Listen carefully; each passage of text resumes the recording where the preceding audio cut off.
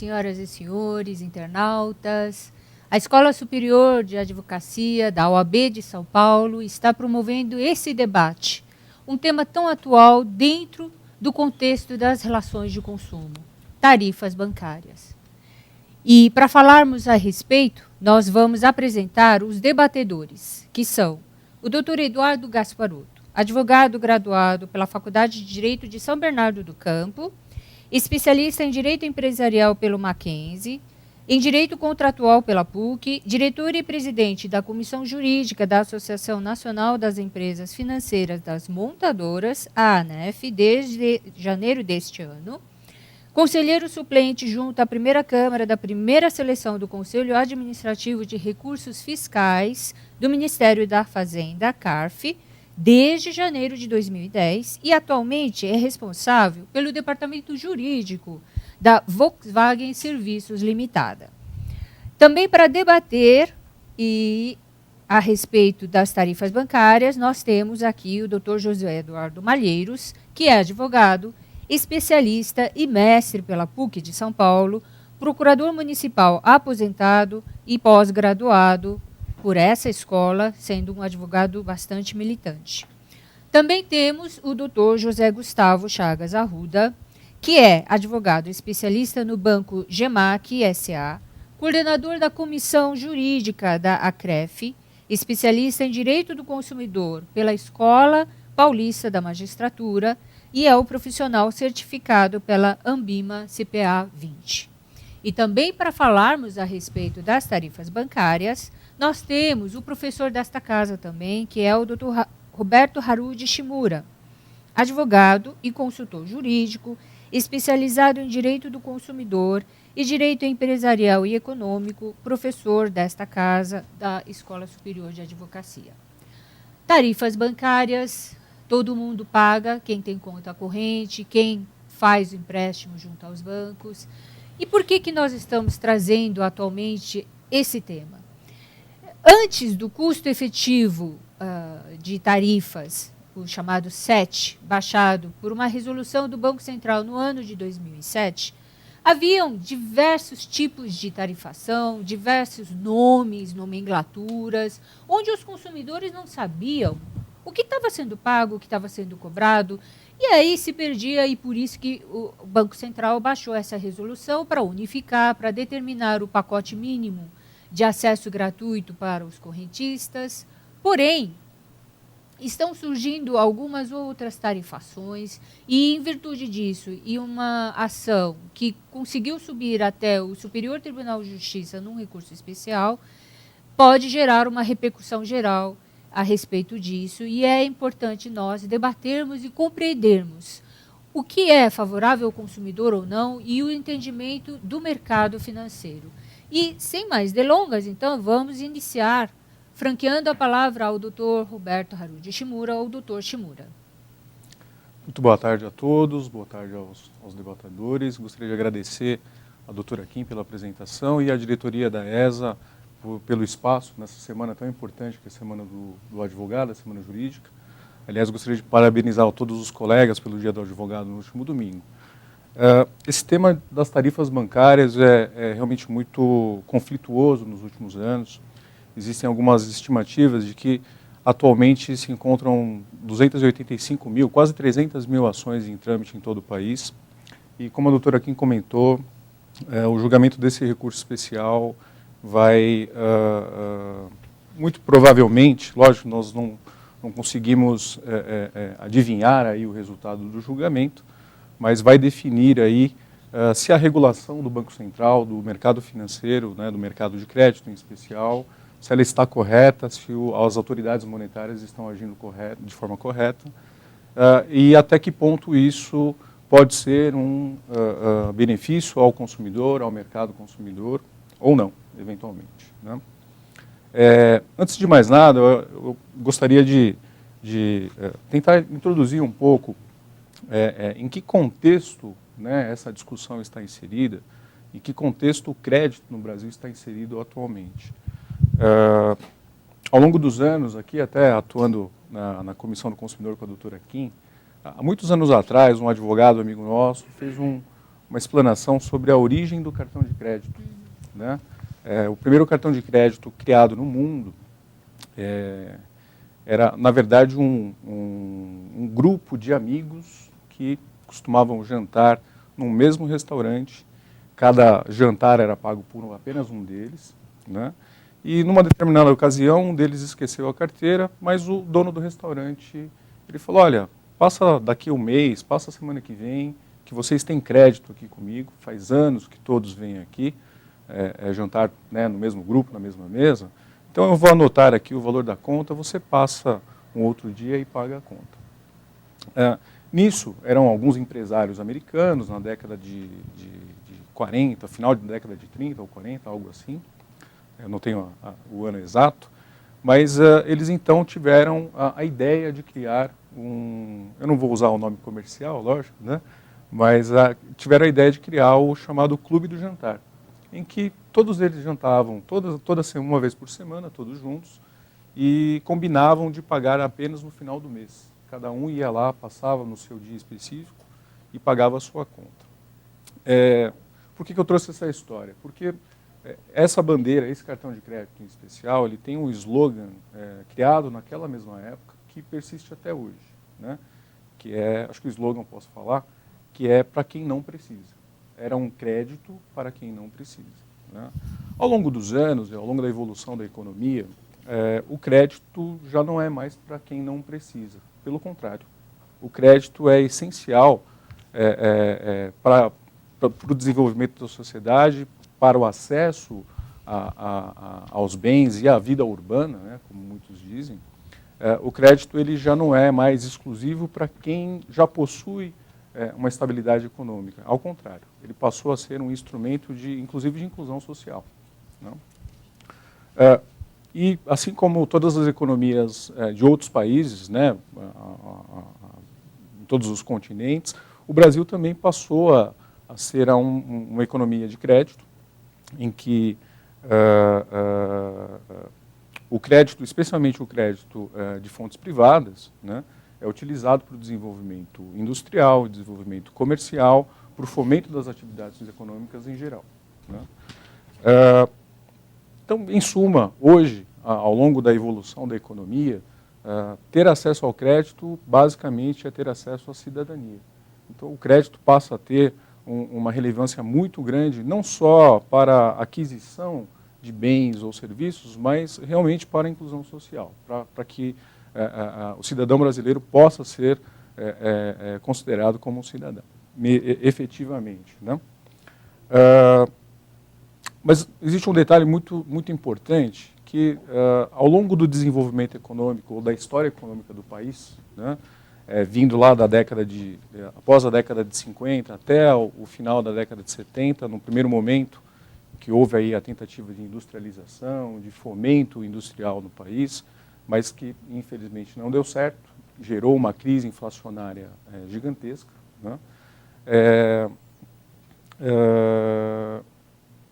Num segundo momento, da década de 70 até a década de 90, em que houve uma tentativa de retomada da industrialização, o acesso ao crédito era muito difícil. O Estado brasileiro ele não tinha dinheiro em caixa, basicamente, para aportar nos mercados internos. Né? Basicamente, o dinheiro do Tesouro, toda a poupança que o governo, que o Estado brasileiro conseguia captar, era utilizada para o pagamento da dívida externa, pagamento de juros da dívida externa, especialmente, sem a possibilidade, à época, né, até o final da década de 80, sem possibilidades de se alcançar um nível econômico e tentar diminuir o montante da dívida. Até então, eram apenas os juros que eram pagos. Não havia dinheiro, não havia recursos, não havia possibilidade de investimento nos mercados internos. A partir da década de 90, né, especialmente aí com o Plano Real, com a estabilização da economia, e também com uma mudança política muito interessante de tirar o Estado dos mercados. Isso facilitou a vinda de investimentos externos, facilitou o desenvolvimento industrial e comercial, a economia passou a se aquecer, mostrando o que alguns especialistas em direito econômico dizem, que o Estado ele não tem realmente competência, não tem determinadas competências nem capacidade econômica de atuar em mercados mais competitivos. Né? É interessante notar que, mesmo sendo o crédito um bem essencial hoje, né? Uma atividade, a concessão do crédito, o mercado de crédito, ser uma atividade de interesse público, ela é eminentemente explorada pela iniciativa privada, sob o manto da Constituição, artigo 170, sob o manto da livre iniciativa. Né? Isso é importante enquadrar porque, mesmo sendo uma forma de acesso à inclusão social, as políticas públicas não podem ser tão intervencionistas no mercado. Assim como qualquer outro mercado, seja de telefonia, de água, de luz, mercados de infraestrutura, de bens essenciais, o mercado financeiro também tem a mesma conotação. Ele é essencial ao país, é essencial às pessoas, mas o Estado, em princípio, por não ter capacidade financeira nem expertise, especialidade para gerir este mercado, ele não pode ser muito interventor. Até por princípio constitucional, ele deve ser explorado pela livre iniciativa. O papel do Estado, neste caso, tem que ser, assim como os outros mercados, por exemplo, de telefonia, né, o de saúde suplementar, por exemplo, o papel do Estado tem que ser de regulação, de fiscalização, de acompanhamento. Né? A ideia é que o Estado, em geral, crie um arcabouço legislativo, um arcabouço mercadológico que permita às empresas e à iniciativa privada que aportem os seus recursos, que desenvolva os seus negócios e disponibilize os seus produtos e serviços nesse mercado mais amplo. Né? Um dos papéis do Estado dentro desse aspecto de regulação, no caso específico do Sistema Financeiro Nacional, via Conselho Monetário Nacional e via Banco Central, seria a regulação de qualquer tipo de tarifa cobrada do mercado consumidor. Né? Dentro dos princípios de regulação de tarifas, né, ou de regulação tarifária, isso serve para o mercado financeiro, mercado de crédito, serve também para as outras áreas, uma tarifa de telefonia, uma tarifa até mesmo de transporte público. Né? Existe a necessidade, ou pelo menos o objetivo, assim, né, atingir 3 eficiências, né, em geral. A primeira delas seria uma eficiência financeira, um objetivo financeiro. A ideia é que uma tarifa autorizada ou negociada pela iniciativa privada, pelos fornecedores, e autorizada pelo órgão regulamentador, é que ela traga condições para que o empreendedor, o fornecedor, ele aufira uma receita suficiente para garantir a continuidade deste mercado, a continuidade do empreendimento, do negócio. Né? A tarifa seria uma das fontes aí até de fomento do próprio mercado. Né? A ideia é que uma parte desta tarifa, né, isso logicamente vai ser objeto de mais discussão aí, mas a ideia é que uma parte dessa tarifa seja utilizada para reinvestir no próprio mercado, garantindo então a operação do fornecedor e a manutenção do próprio mercado, logicamente. Né? Uma segunda eficiência ou um segundo objetivo na regulação de tarifas seria uma eficiência econômica, em que o objetivo é garantir que o mercado, né, e portanto, os fornecedores, os agentes econômicos que atuam em determinado mercado, eles tenham condições de oferecer serviços de forma eficiente para toda a população. Dentro de uma realidade, da nossa realidade, né, na realidade brasileira, em que existem diversas, cada vez mais segmentadas as classes sociais e econômicas, né, é necessário que o órgão regulador e também os fornecedores de um determinado mercado tenham condições de oferecer produtos e serviços independentemente dessa classificação econômica. Hoje, ou de alguns anos para cá, aliás, a classe econômica que mais cresce são as classes D, C, D e E. Né? São as classes econômicas, as classes sociais, aliás, que que tem fomentado cada vez mais os mercados de crédito, de telefonia e entre outros, né? Um terceiro objetivo seria o objetivo de equidade, de eficiência equitativa. A questão da equidade é definida em direito econômico, né, pelos doutrinadores em direito econômico, como uma distribuição de ganhos econômicos entre os fornecedores e os consumidores. Ou até mesmo, numa subdivisão, até mesmo entre consumidores de classes diferentes. A ideia desse objetivo de eficiência equitativa é que a tarifa ela seja, como mencionado anteriormente, ela seja um instrumento de fomento do mercado. Isso é uma percepção que, no nosso dia a dia, às vezes é difícil de compreender, né? Mas, dentre os princípios da regulação tarifária, a ideia é que essa divisão de ganhos ela não represente necessariamente um retorno em pecúnia para os consumidores, mas para o mercado como um todo. Um exemplo bastante interessante de eficiência equitativa, saindo um pouco rapidamente aqui do nosso mercado específico, aqui de mercado financeiro, no caso de tarifas de telefonia, por exemplo, ao regulamentar as tarifas, ao negociar as tarifas, ao criar a política de regulação tarifária para as empresas de telefonia, por exemplo, um dos objetivos era garantir a expansão do serviço nas regiões do país que não tinham a infraestrutura ainda implantada. A tarifa, então, passa a ser também, pode ser utilizada como um elemento de não só de fiscalização das atividades privadas, das empresas atuantes no mercado, mas também como um instrumento de fomento do mercado, né?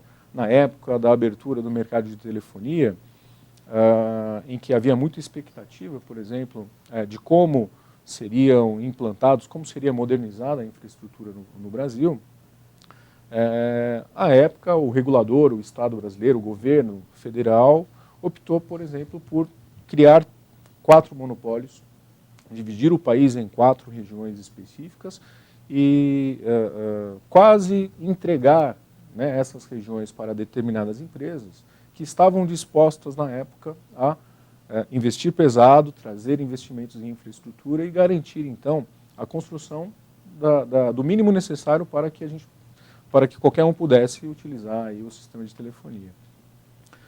Dentro desse contexto,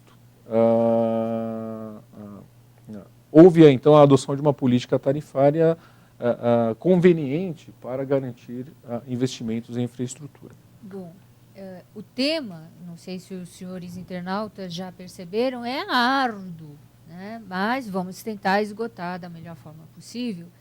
E só lembrando, e para facilitar esse entendimento, é que existem algumas tarifas bancárias obrigatórias que são cobradas, mas existem outras que estão surgindo e o debate que se está fazendo aqui é em virtude de algumas ações que ingressaram para implantar essa cobrança e defender, por outro lado, pelo ponto de vista do consumidor, se isso pode ser legitimado ou não. Então, só para não ser tão árduo, porque a gente está falando do mercado financeiro. Vou passar agora a palavra ao Dr. Gasparotto para fazer a introdução desse sistema financeiro, entender um pouco o enquadramento do banco no mercado financeiro, o que é o mercado financeiro, a sua evolução, a história, junto com o Dr. Gustavo. Vamos lá. Bom, ao analisarmos o mercado financeiro, existe uma competência privativa, como o Dr. Shimura disse, da União em cuidar dele. E essa competência acaba por ser delegada às instituições financeiras. Desde os anos 70, existe uma regulamentação específica, regulamentada pelo Conselho Monetário Nacional, que tem os poderes outorgados pela própria lei, que regula o sistema financeiro, de disciplinar as tarifas que podem ser cobradas em qualquer operação financeira. Ocorre que, dos anos 70 até o início dos anos 90, decorrente da própria inflação. A percepção do cliente bancário com relação às tarifas era reduzida. Mesmo as próprias instituições financeiras, ao se depararem com a cobrança da tarifa, não davam tanta importância, porque boa parte das receitas eram provenientes da própria receita da inflação. Então era mais importante se ter um cliente pagando contas, utilizando os serviços bancários, contando-se até mesmo com a demora dentro dessas operações, do que propriamente a cobrança dessas tarifas. Com o decorrer dos anos, a queda da inflação, o Código de Defesa do Consumidor, exigindo cada vez mais a prestação de serviços das instituições financeiras, as receitas e, propriamente, a percepção do consumidor em relação a esses serviços começaram a ser mais evidenciados. Então, surgiram-se os caixas eletrônicos, serviços 30 horas, atendimentos ao consumidor de forma gratuita, ao lado de uma menor taxa de juros. E as receitas provenientes das instituições financeiras para cobrir este custo fixo decorrente das próprias operações, das próprias disponibilizações desses serviços ao consumidor, passaram a ser decorrentes das tarifas bancárias. No decorrer da sua criação dos anos 70 até os dias atuais, houve uma série de oscilações. Inicialmente, o Conselho Monetário Nacional previa quais as tarifas poderiam ser cobradas e os valores máximos a serem cobrados nesse mercado.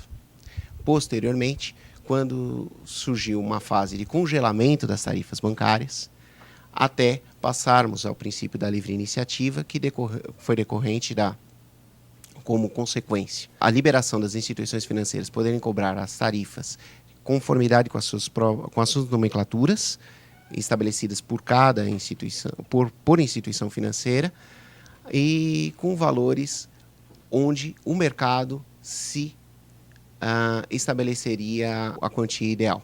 Decorrente até mesmo das reclamações de consumidores, com a falta de compreensão dessas tarifas, a partir de 2007, o Conselho Monetário Nacional adotou 3 medidas importantes.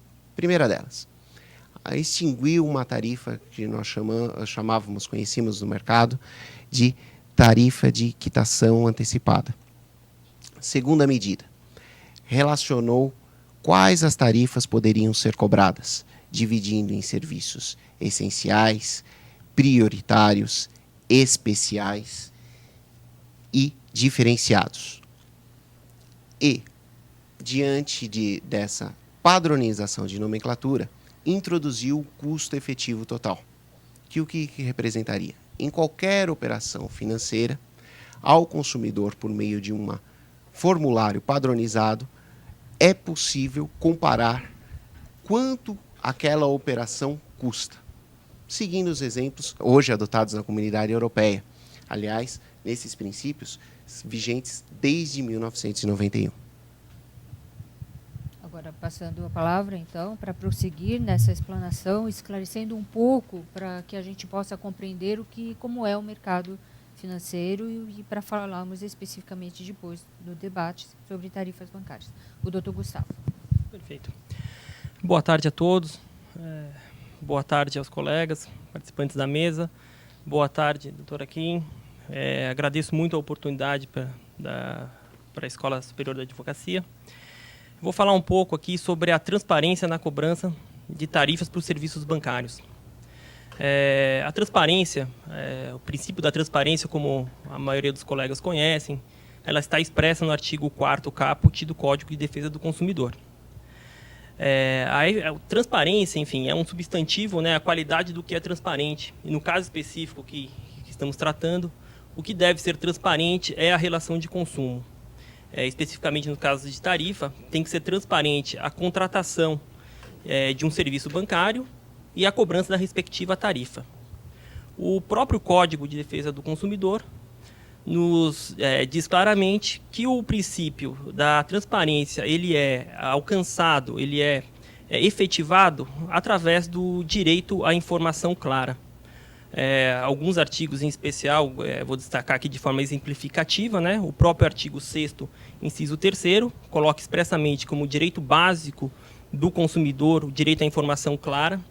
O artigo 39, que para nós tem especial relevância quando vamos falar de pacote de serviços, o artigo 39 trata da informação clara no momento da oferta, e o artigo 46, que trata da redação dos contratos de consumo, que devem ser redigidos de forma clara, de forma que o consumidor tenha a capacidade de entender o que está contratando. Perfeito?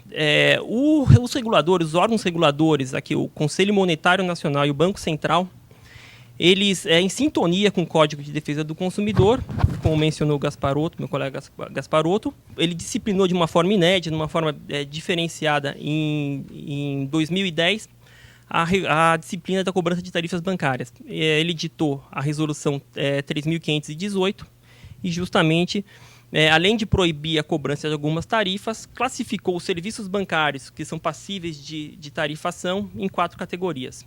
Tá? Essa resolução, a 3.518, ela foi revogada pela resolução 3.919 de 2010, mas todo o princípio, toda a filosofia da resolução anterior, 3.518, foi mantida. E por que essa resolução, a 3.518, e a redação mantida na 3.919, é importante para o direito do consumidor, para o princípio da transparência? Gasparotto mencionou aqui, acho que o primeiro marco importante dessa resolução foi a classificação dos serviços bancários que são passíveis de tarifação.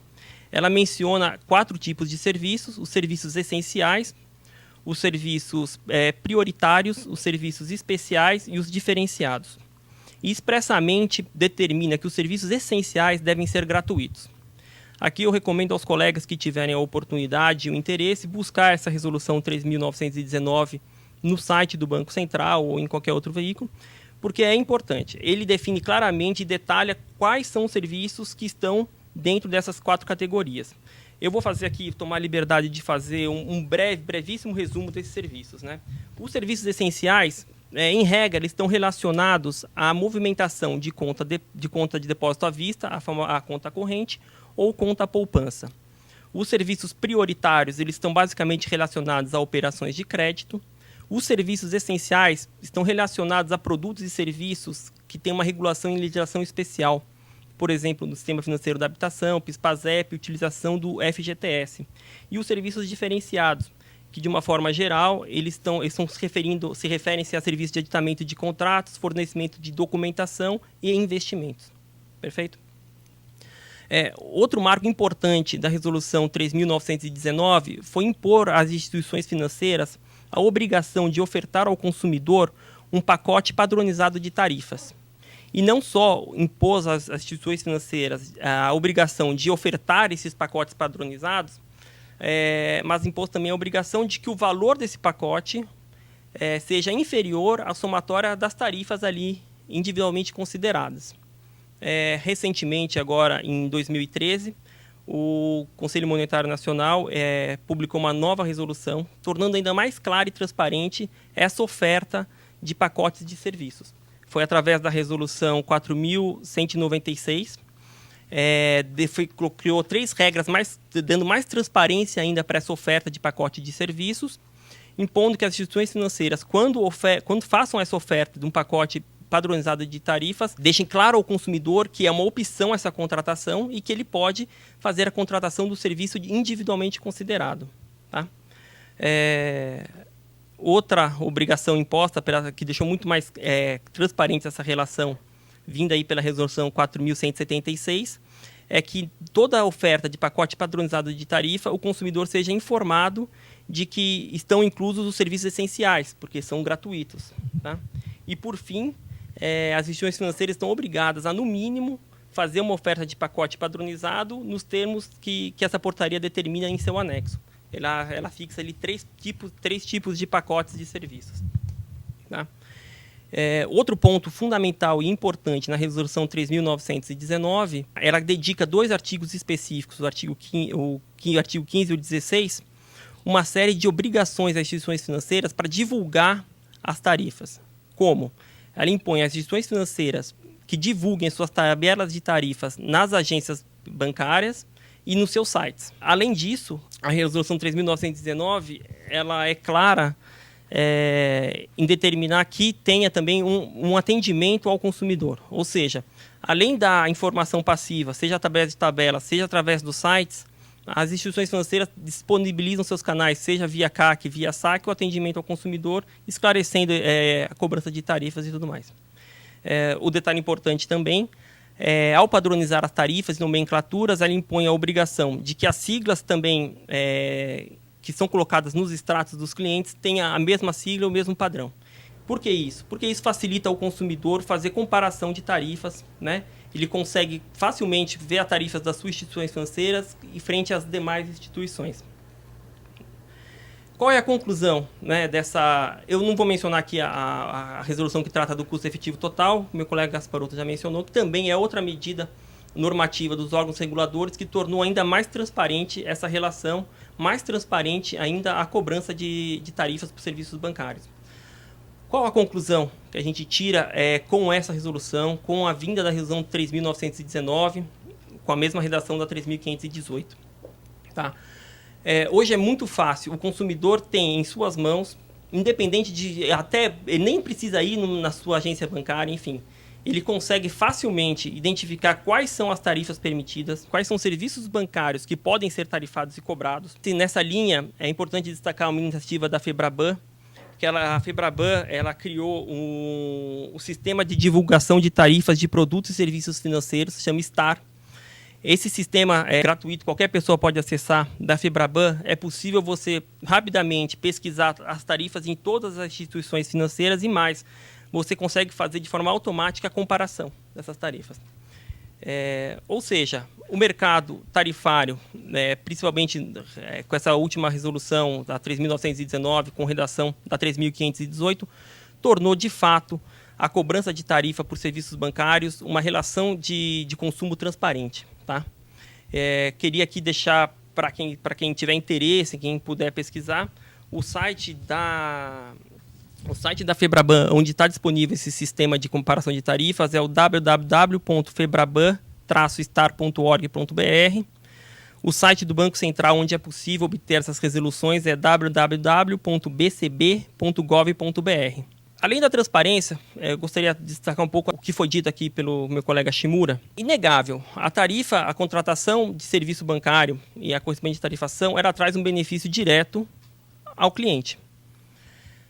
Mas é importante também ressaltar que ele traz um benefício indireto para toda a sociedade, para todos os consumidores e principalmente para o sistema financeiro.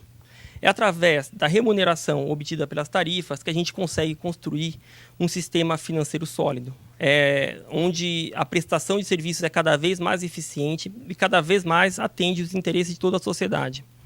Eu acho que não é demais aqui imaginar que se tivéssemos essa regulação, se não tivéssemos a possibilidade de cobrança de tarifas, teríamos certamente um sistema financeiro, uma prestação de serviços ineficiente.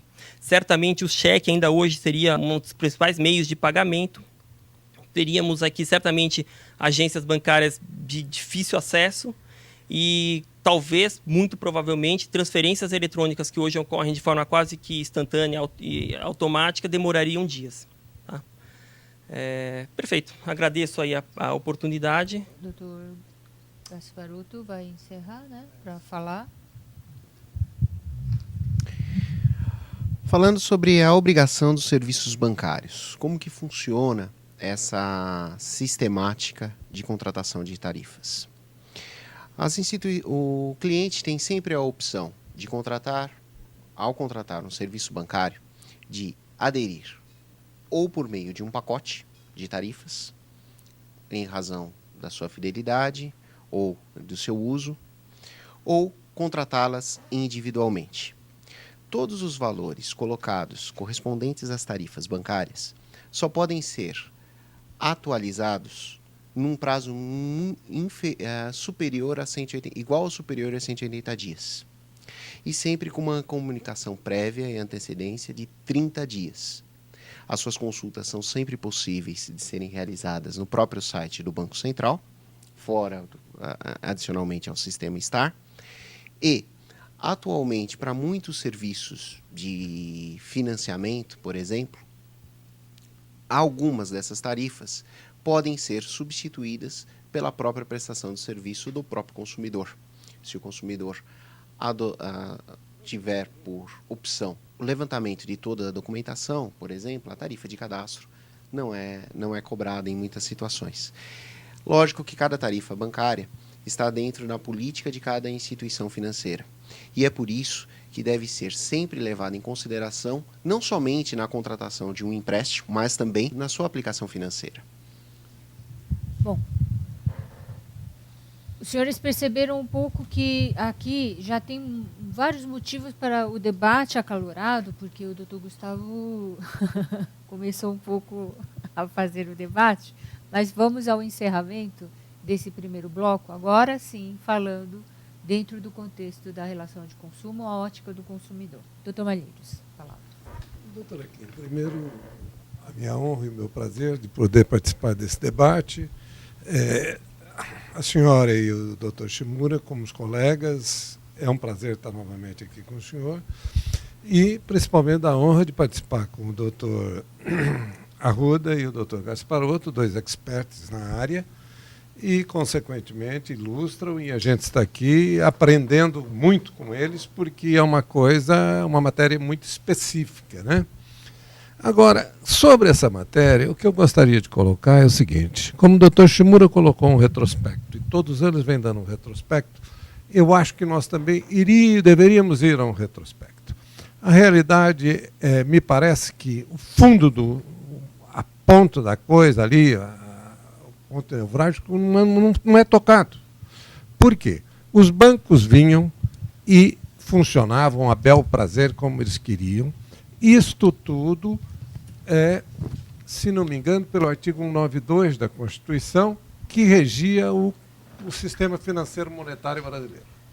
Com o advento da Lei 8.078 de 90, que é o Código de Defesa do Consumidor, os bancos ficaram extremamente assustados e apavorados com a Lei do Consumidor. Brigaram de todas as formas, brigaram, dizendo que não prestavam serviço, que não forneciam serviço. Eles foram até todas as instâncias da justiça brasileira. Perderam em todas e definiu-se de maneira correta 2 pontos. O banco hoje, na realidade, ele tem uma dupla atividade. A primeira é a financeira, em que ele usa, a maior parte dessa financeira é que ele usa os depósitos à vista, o meu, o seu, de todos nós, e desse dinheiro ele manda uma parte para o Banco Central e a outra parte ele empresta para nós mesmos. E a outra parte era aquilo que ele forneceria, e esta parte de empréstimos, estuda a parte financeira e monetária, é exclusivamente dentro da lei específica do Banco Central do Estado. A outra parte é uma relação de consumo. O banco me fornece um serviço e eu consumo esse serviço.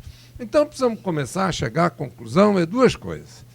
Sobre o ponto de vista do consumidor, a relação de consumo está perfeitamente estabelecida, o banco é fornecedor e o cliente é consumidor. Esta é a primeira coisa. Tanto é que o que gera esse debate aqui hoje é um recurso que está no Supremo Tribunal Federal, em que o Banco Central, ou a FEBRABAN, ou quem quer que seja, não é parte na ação.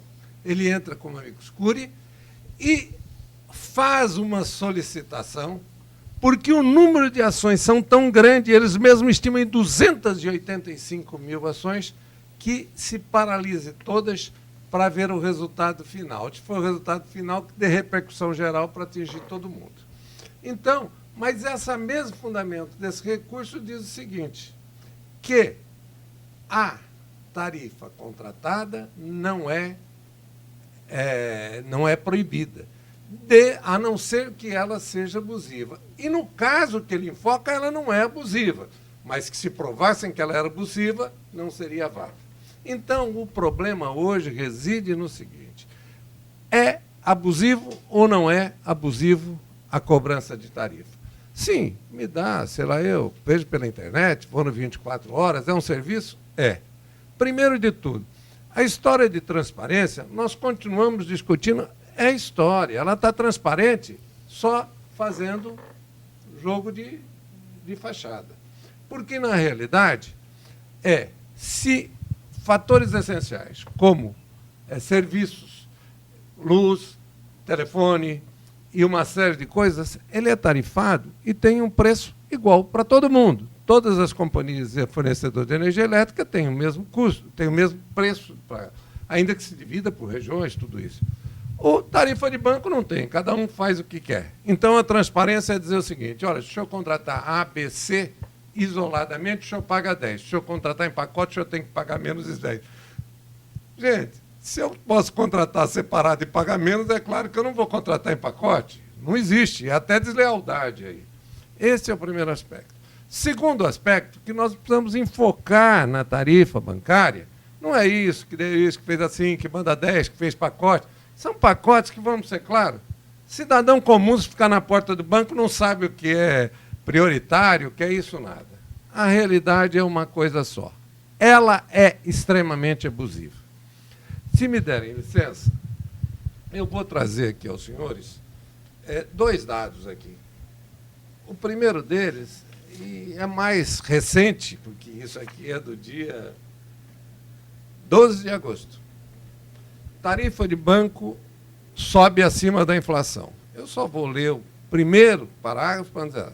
Uma pesquisa realizada pelo Instituto Brasileiro de Defesa do Consumidor, com os pacotes de tarifas bancárias nos 6 maiores bancos brasileiros, constatou que nos últimos 5 anos, a maioria dos pacotes de tarifa foi substituído por serviços mais caros. E aqueles que sobreviveram tiveram um aumento de até 111%. Então, será que isto não é abusivo para o consumidor? Claro que é. Se hoje nós estamos tendo processo de 20 centavos por causa de tarifa de ônibus, imagina 111%. O que houve, aí sim, é que a inflação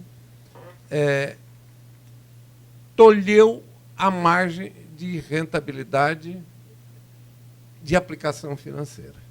E, consequentemente, os bancos, com a faca e o queijo na mão, passaram a tirar da onde ninguém regulamentava e ninguém punha a mão, que eram as tarifas, e passaram a cobrá-las violentamente. Tanto é que tem aqui um outro mapa que eu posso também trazer aos senhores com números, que a proporção da receita com tarifas em relação a pagamento de pessoal, como era e como é hoje, ela é extremamente absurda. Em tempos idos, antes do Código do Consumidor, isso tudo, digamos, para uma despesa de pessoal de 100, possivelmente as tarifas não correspondessem a 20%. Com essa situação. E uma regularidade em termos de taxa de juros, de custo do financiamento. Hoje, como regra, eu tenho detalhados aqui, se os senhores quiserem, se for o caso, a receita de tarifa bancária paga toda a folha de pagamento do banco. E o que é pior, a abusividade maior está aí, que não é o tubarão que paga essa tarifa de banco. O tubarão chega lá, eu tenho aí, não sei, bilhões para aplica. O senhor está isento de tarifa. Quem paga é o próprio coitado hipossuficiente do consumidor comum, que com uma outra abusividade, porque ele não escapa do banco. Se nós hoje não tivermos que ir no banco, nós não pagamos conta de luz, não pagamos água, não paga IPTU, e o que é muito pior, não conseguimos receber salário. Então, nos por uma sistemática de mercado, obrigado a dependermos do banco. É obrigado, eu não consigo viver sem banco. Eu pago o INSS do escritório no banco, eu pago o fundo de garantia, isso tudo. Então, é abusiva porque nos impõe o uso obrigatório do banco, é abusiva porque sobe sem qualquer limite, E ainda uma outra coisa, ela é resolvida unilateralmente. E o Código do Consumidor emenda. Não pode ser decidido unilateralmente. E os bancos decidem unilateralmente. E o que é pior, cada um do jeito que quiser. Então, na primeira tomada, este é o posicionamento. Vamos levar, são duas atividades. Uma atividade financeira que deve ser tratada para lá e não vamos discutir. E a atividade de tarifas, que é matéria exclusivamente do Código de Defesa do Consumidor na Lei 8.078. E que, consequentemente, não pode qualquer regulamentação do Banco Central ou de quem quer que seja falar mais alto que o Código do Consumidor. Este é o posicionamento técnico a respeito dessa matéria. Daí para frente podemos conversar tudo e, bem, mas aí fora disso não tem o que conversar. É abusiva, fora outras tantas situações. No início era isso, doutora. Bom, nós vamos a um rápido intervalo de 15 minutos. Quando voltarmos, todas essas explanações feitas vão ser mais detalhadas. Embora eu seja mediadora, já tenho 2 perguntas a serem direcionadas, juntamente com a exposição do Dr. Malheiros aqui e com o Dr. Shimura também. Então, até daqui a instantes. Muito boa tarde, caros amigos internautas. Espero que vocês estejam apreciando, que esteja sendo produtivo aí tenha sido produtiva essa primeira parte do debate, em que houve uma breve explanação, logicamente, do contexto em que as tarifas bancárias, as tarifas relacionadas ao mercado de crédito estão inseridas, a explanação da percepção por parte do mercado, dos agentes econômicos do mercado, de que forma eles procuram atender a regulação do Banco Central, ao mesmo tempo, né, que buscam também a rentabilidade dos seus negócios e a manutenção do próprio mercado. E, de outro lado, logicamente, mas não gosto muito de falar de um lado de disputa, né, de um outro lado, mas com uma outra perspectiva, o próprio consumidor. Eu, vocês, todos os debatedores aqui, que se utilizam do mercado de crédito, se utilizam do sistema financeiro nacional, o cumprimento das nossas obrigações diárias, né?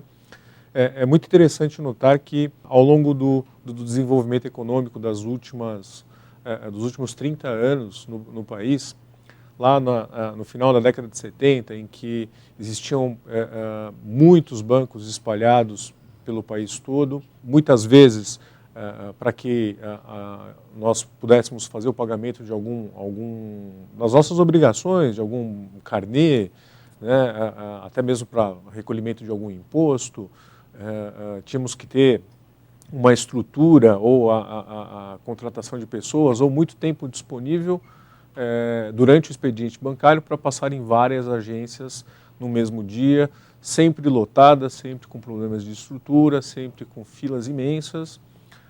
Mesmo que naquela época a maioria dos bancos já mantinham grandes estruturas dentro das agências bancárias, que mais pareciam grandes supermercados com dezenas de caixas às vezes, e ainda assim não era possível dar conta, né, à demanda de serviços.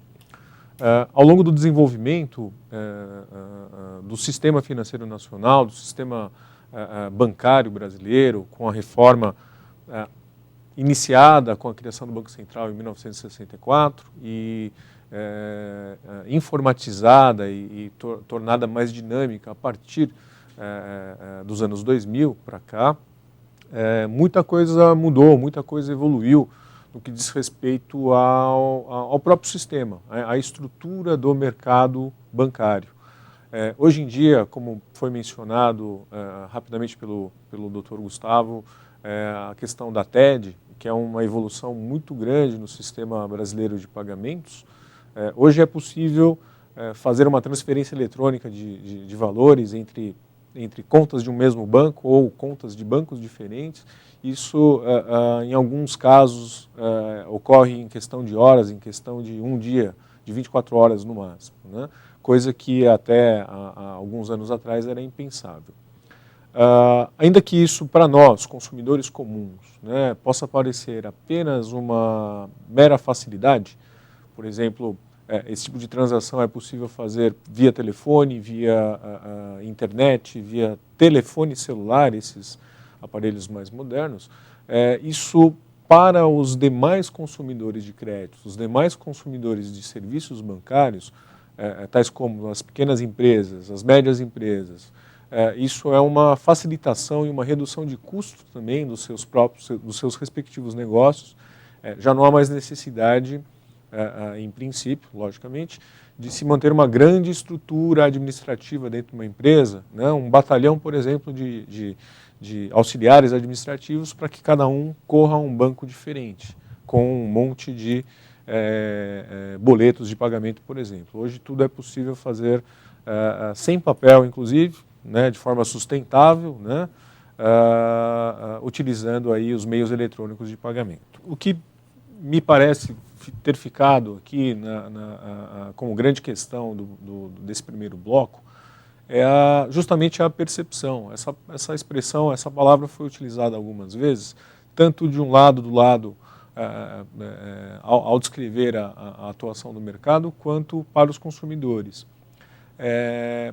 Existem alguns estudos históricos realizados pelo Banco Central do Brasil, órgão regulamentador do mercado, né, financeiro, do mercado de crédito, e, portanto, com a responsabilidade junto à população brasileira de garantir a eficiência do mercado, né, garantir a eficiência dos serviços bancários, em que até o início dos anos 90 os consumidores não tinham a percepção sobre o que estava sendo pago, quais eram os custos de uma determinada operação de crédito, né, alguma operação bancária, porque os níveis de inflação eram tão alarmantes, tão gritantes, tão volumosos, que encobriam a percepção por parte dos consumidores. Com a estabilização, com as últimas reformas, né, ocorridas aí ao longo dos últimos 15 anos, nós pudemos ter uma percepção melhor do que compõe os serviços bancários. Hoje, o mercado tem se tornado, segundo fontes oficiais, tem se tornado cada vez mais competitivo, mas não mais em razão do percentual de juros cobrado por cada uma das instituições financeiras, sejam elas totalmente privadas, sejam elas com alguma participação estatal, ou os bancos públicos, como o Banco do Brasil e a Caixa Econômica Federal, que tem a sua vertente ali no varejo. Hoje, o que a gente consegue perceber, acessando alguns dados disponibilizados pelo Banco Central, pelo Conselho Monetário Nacional e também pela Federação de Bancos Brasileira, é que está se fomentando no mercado bancário brasileiro uma concorrência mais ampla, mais clara, e justamente não pela taxa de juros, mas pela diversificação dos serviços disponibilizados aos consumidores e por sua respectiva tarifa, né? Isso a gente vai entrar aí numa discussão um pouco no debate específico no segundo bloco. Eu gostaria de passar para vocês, já foi mencionado a questão do julgamento que está prestes a ocorrer, logicamente não há nenhuma data marcada, nenhuma data de julgamento junto ao STJ, desse recurso repetitivo que vai trazer uma solução justamente a esse conflito de percepções. Qual das duas vertentes estaria mais adequada à manutenção do mercado financeiro, ao mercado de crédito? Seria por parte de uma parte dos consumidores, em que, assim como essa grande discussão com relação à tarifa de transporte público aqui em São Paulo, de 20 centavos, né, de aumento da tarifa, causou uma grande comoção e forçou o Estado de São Paulo, o governo estadual, a rever o seu posicionamento, a sua autorização tarifária, a própria Prefeitura Municipal de São Paulo também, rever a sua política de atualização tarifária mas, de outro lado, implicou aí na redução de investimentos em outras áreas não relacionadas ao transporte. Esse recurso especial, sem querer desviar muito, ele vai de número 1.251.251.331 do Rio Grande do Sul. O número de registro é o 2011-009-6435-4. Vou repetir, 2011-009-6435, dígito 4. Um recurso especial que está aguardando uma pauta para julgamento. Ele vai definir se a percepção por parte dos consumidores que pagam as tarifas bancárias, que pagam uma tarifa, por exemplo, para um cadastro bancário, para a emissão de um boleto bancário ou a abertura de um crédito. Se a percepção do consumidor com relação à possibilidade de isenção dessa tarifa, porque seria um custo operacional da instituição financeira, de um lado, e por parte dos bancos, por parte das instituições de crédito, seguindo a regulamentação do Banco Central, para garantir aí a manutenção do mercado bancário, mercado financeiro, se qual das duas percepções estariam de acordo, não só com a autorização constitucional, né, com o mandato constitucional dado ao Banco Central para regular esse mercado específico, ou se haveria algum tipo de prevalência por parte da Lei 8.078/90, o Código do Consumidor. Como o recurso está em trâmite, logicamente não seria adequado na nossa parte dar qualquer tipo de opinião sobre o julgamento. É uma decisão bastante esperada, não só pelos agentes econômicos, pelas instituições financeiras, mas também por todo o mercado, todos os consumidores e também pelo órgão regulamentar.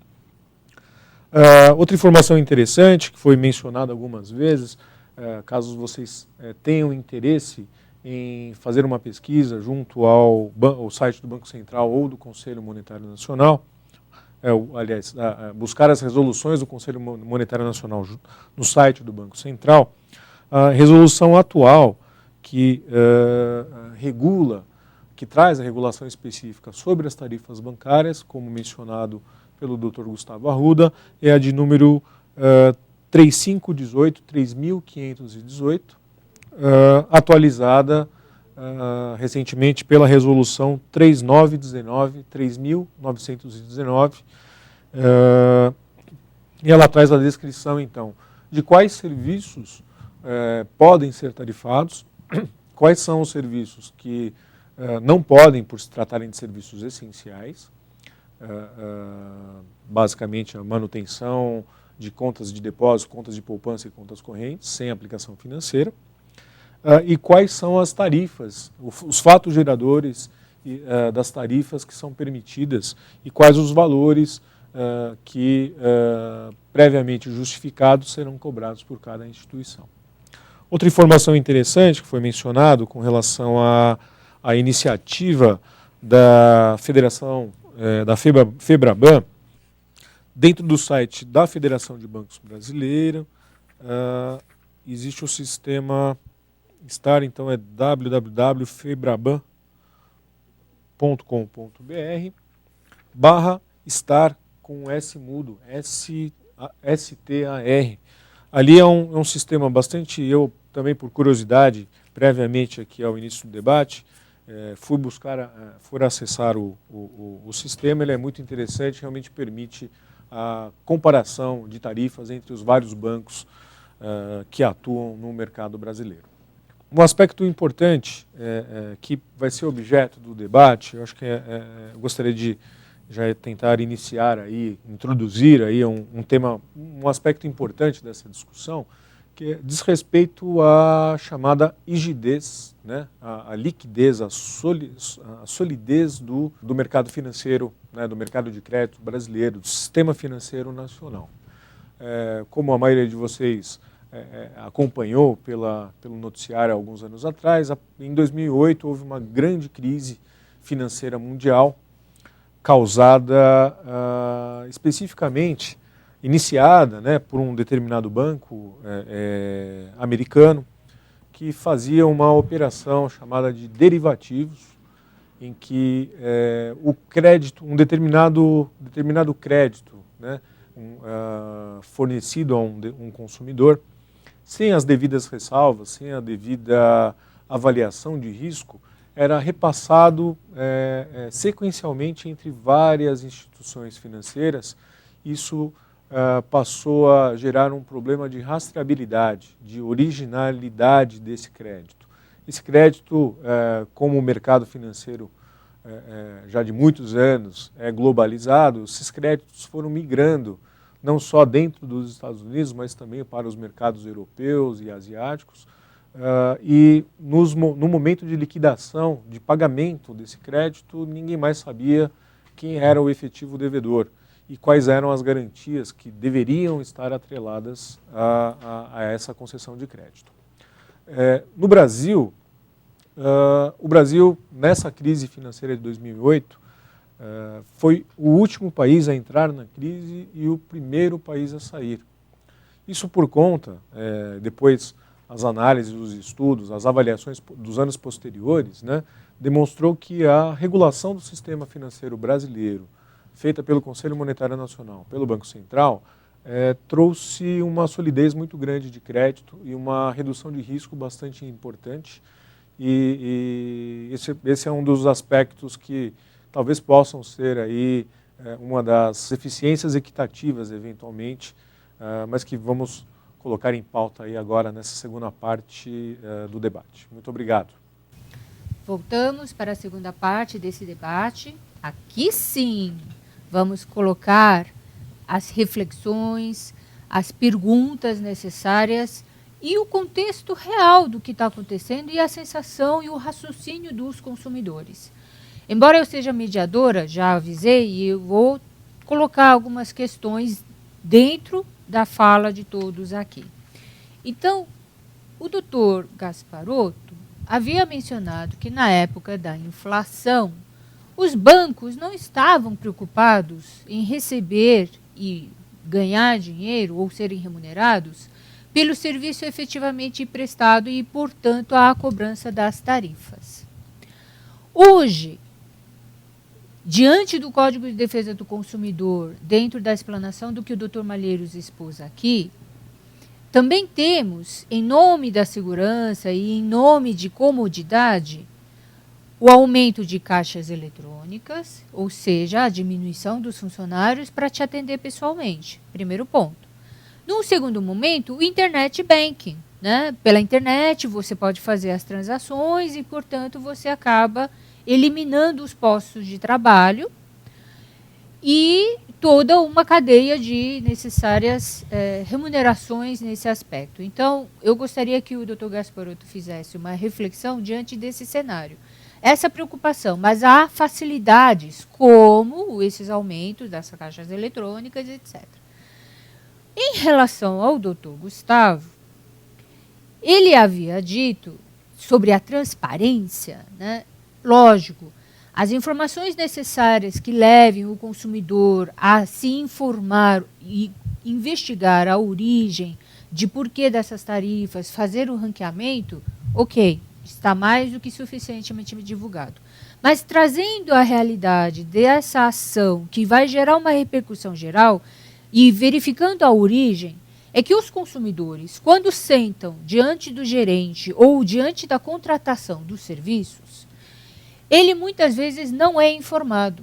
Ou, se ele consegue verificar uma planilha apresentada, vem a tarifação que ele não consegue entender. Embora esteja transparente no sistema, na hora de se cobrar, e aí vem uma velha discussão que eu e o Dr. Shimura mantemos, que é, por que, se eu, ao abrir o crédito, eu estou querendo adquirir um produto e um serviço, e por que eu tenho que pagar por essa taxa de abertura de crédito?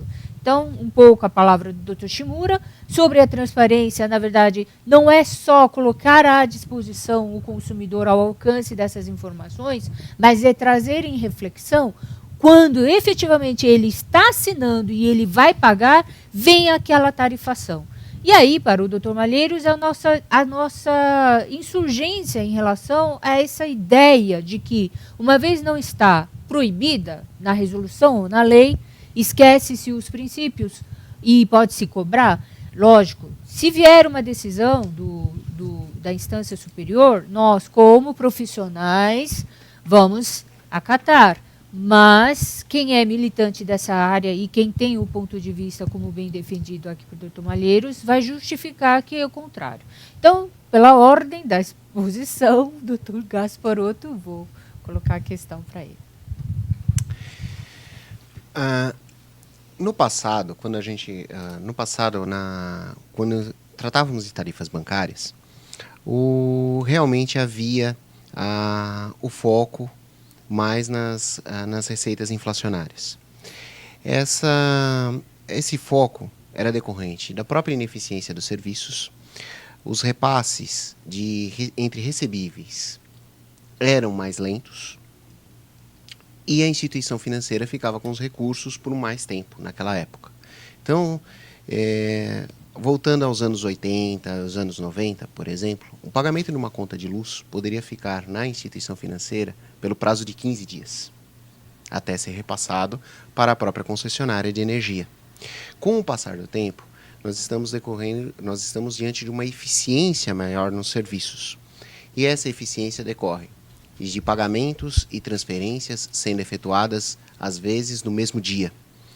Essa é a eficiência nos serviços, essa qualificação dos serviços exigida não somente pelo próprio Código de Defesa do Consumidor, mas pela própria competitividade do mercado. Hoje o Brasil é um dos 10 países mais competitivos no segmento financeiro, por exemplo.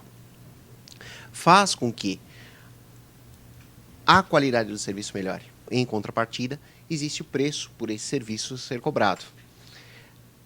Não existe, como havia sido abordado, que a tarifa é única, é igual, idêntica para todos os serviços, assim como diferente dos concessionários de telefonia, de energia elétrica. Não.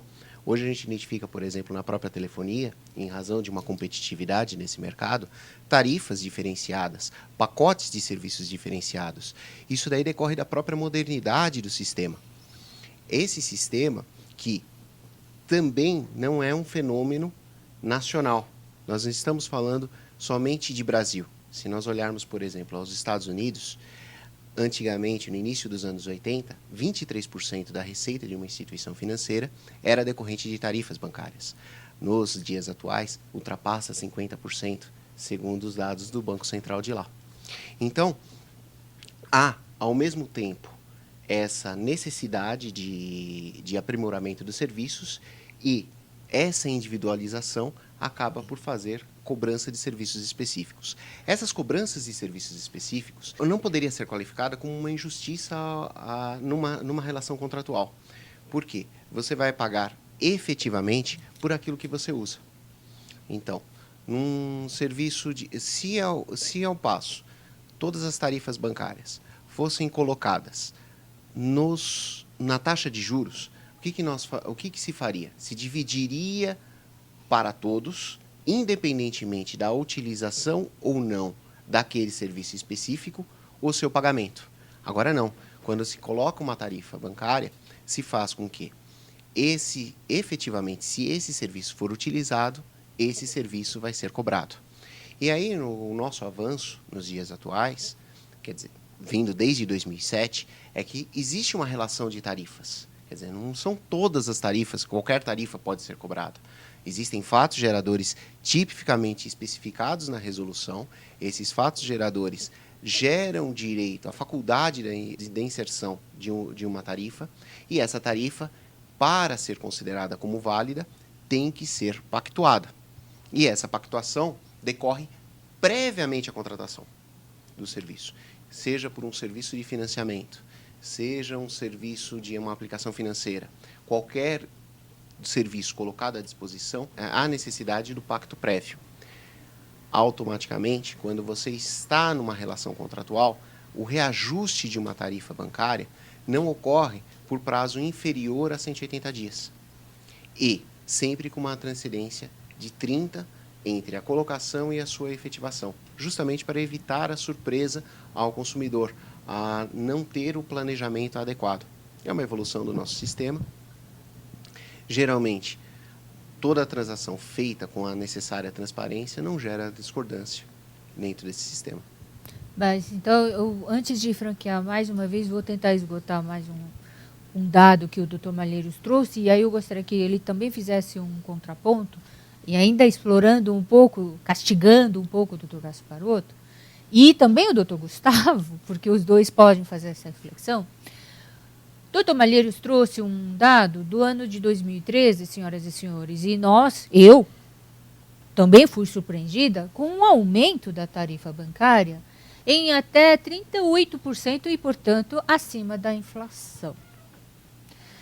A sensação que o consumidor tem, e o Dr. Shimura depois pode explorar um pouco mais, quando se fala assim que um banco pode quebrar por eventual insucesso de um contrato, é que o consumidor, ao ouvir anualmente, um banco teve 5 bilhões de lucros, no outro ano ele teve um prejuízo, e aí vai olhar, o lucro foi de 3 bilhões de reais, ou seja, de um ano para outro ele teve um prejuízo de 2 bi, mas ele teve o ganho de 3 bi. Então, como é que fica isso? O aumento acima da inflação, que na verdade a inflação seria a média dos preços, o limite dos preços. O comparativo que foi adotado foi com 5 ou 6 maiores bancos e para um pacote de tarifa específico. Precisa verificar qual a estratégia utilizada por aquele determinado banco e como ele iria atuar dentro daquele mercado. Existem outros serviços ou outras operações onde não se verifica o aumento das tarifas, mas sim a redução. Tudo isso depende da competitividade dentro desse setor. A lucratividade em uma instituição financeira não pode ser visto como um aspecto negativo. Na verdade, é muito positivo porque faz com que as instituições financeiras, revela ao mercado financeiro a sua solidez. Então, quanto maior for uma lucratividade no mercado financeiro como geral, mais sólida é a economia. E quanto mais sólida é a economia, mais confiável é um país. Então, nós estamos partindo por um fenômeno de aumento da lucratividade, mas esse aumento da lucratividade vem acompanhado da solidez. E quando se tem uma queda na lucratividade, automaticamente o que se verifica também é uma queda na economia. O giro da moeda é necessário. Hoje, nós estamos falando no Brasil, por volta de 150, 160 instituições financeiras que operam nesse mercado de carteira comercial. No passado eram muito mais, mas com menos solidez. Agora nós estamos com um mercado mais competitivo, com instituições mais sólidas, oferecendo melhores serviços aos consumidores. Doutor Gustavo, gostaria de falar e já aproveitar e falar sobre a... Perfeito. Eu gostaria, primeiro, de pontuar algumas colocações aqui do meu colega Malheiros, né? Primeiro, a resolução que trata das tarifas, como mencionei na minha breve exposição, a 3.919, ela não é contrária ao Código de Defesa do Consumidor. Muito pelo contrário, ela está em sintonia com o Código de Defesa do Consumidor. Tanto na divulgação e transparência, e aí eu cito o artigo 1º dessa resolução. Ela autoriza, permite a cobrança de tarifas por serviços bancários, desde que expressas no contrato, e que haja autorização prévia do consumidor, ou sua solicitação. Ou seja, exatamente como determina o Código de Defesa do Consumidor. A resolução ela está em sintonia, ela não é contrária ao Código de Defesa do Consumidor. Perfeito? Agora, a doutora Kim colocou uma questão muito importante, que é a utilização de serviços eletrônicos, caixa rápido, internet, banking, e uma série outras de serviços que recentemente estão cada vez mais acessíveis, diminuindo aquele custo que eventualmente as instituições financeiras têm com o pessoal. concordo, isso acontece, mas tem um lado que é importante, que é justamente o que se chama de fenômeno da bancarização. O que é isso? É justamente como o Dr. Shimura colocou no começo de sua exposição, é o acesso à classe C, D e E a serviços bancários. Eles estão ingressando, tem um número maior de pessoas ingressando como correntistas, como clientes de instituições financeiras, tá? Então, se por um lado as instituições financeiras começam a criar canais mais eficazes de prestação de serviço bancário, por outro, é que esse número de clientes aumentou consideravelmente, perfeito? Outro ponto que o meu colega Malheiros colocou é a questão da transferências, eu vou colocar entre aspas aqui, da receita das instituições financeiras. Elas deixaram de ganhar dinheiro com intermediação e passaram a ganhar com serviço. Correto. E não há mal nenhum nisso. Isso é o que se chama comumente de agregar valor. Ela está agregando valor a um produto ou um serviço e é inevitável. Decorrem principalmente da livre iniciativa.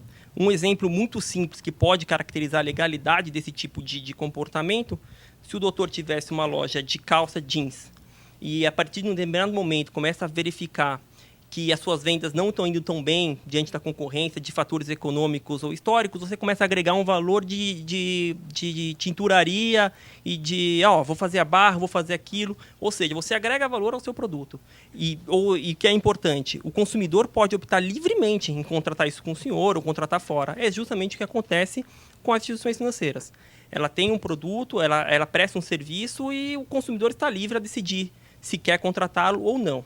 Outro ponto que o Dr. Malheiros colocou, muito importante, muito bem colocado, é a questão da obrigatoriedade. Você é obrigado a ser cliente de instituições financeiras, você não guarda mais seu dinheiro no colchão. Correto, perfeito. Mas é por isso que existem os serviços essenciais. E esses são gratuitos. E eles autorizam, eles permitem você movimentar, pagar conta e mais uma série de outras de serviços de forma gratuita. Tá? Então você, embora, entre aspas, seja obrigado a ser correntista de uma instituição financeira hoje para poder movimentar, pagar conta, por outro lado, também lhe é garantido pela resolução, pelos órgãos reguladores, a gratuidade nesses serviços. Perfeito? A doutora Kim colocou uma questão muito importante. Perfeito, temos a transparência na informação, temos as tabelas, temos as resoluções, perfeito, mas o consumidor, naquele momento de conversar com o gerente, de fazer a efetiva contratação, desconhece o que está contratando, enfim.